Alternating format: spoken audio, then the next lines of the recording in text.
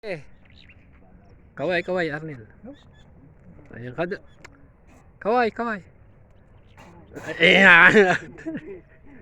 Ayan, dito po kami sa Tumana. Ito po yung aming dapat day 3 eh. Day 2 pa rin tayo, day 2.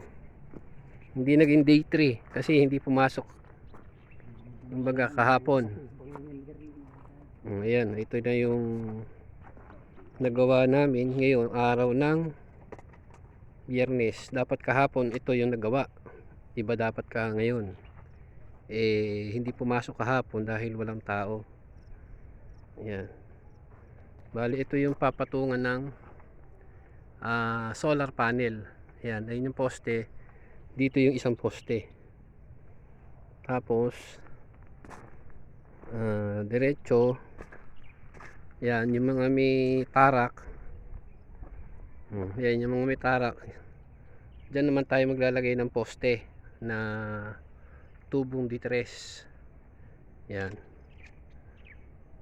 Maliit lang po yung ipagagawa natin. Yan lang ang lapad niya. Yan. Yung poste. Yan. Isa na yan. Saka yun. Maliit lang po siya.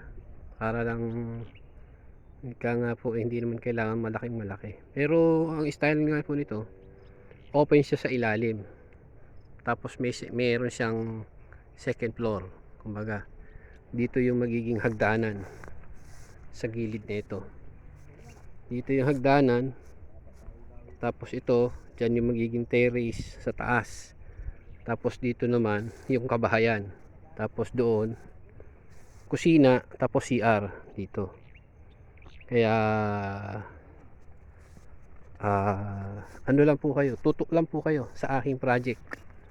Yan, para makita nyo po siya. Ito po yung day 2 na naging day 3 dahil wala nga ako kahapon.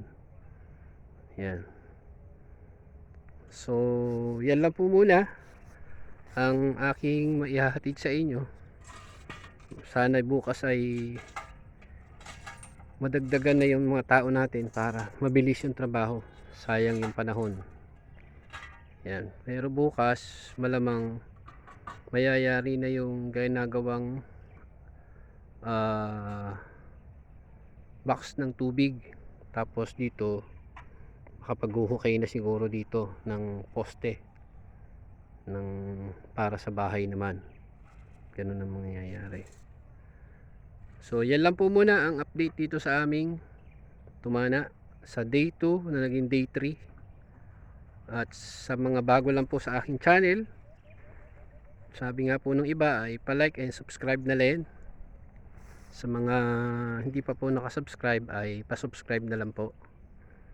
Yan, dito po tayo sa Tumana. Ayan, ayan po yung aming paligid. Yan. Manatili lang po sana kayo nakasubaybay para hanggang sa huli makita nyo po itong aking pinaproject na kung saan nga, dyan nga po sa lugar na yan maglalagay tayo ng kulungan ng baboy.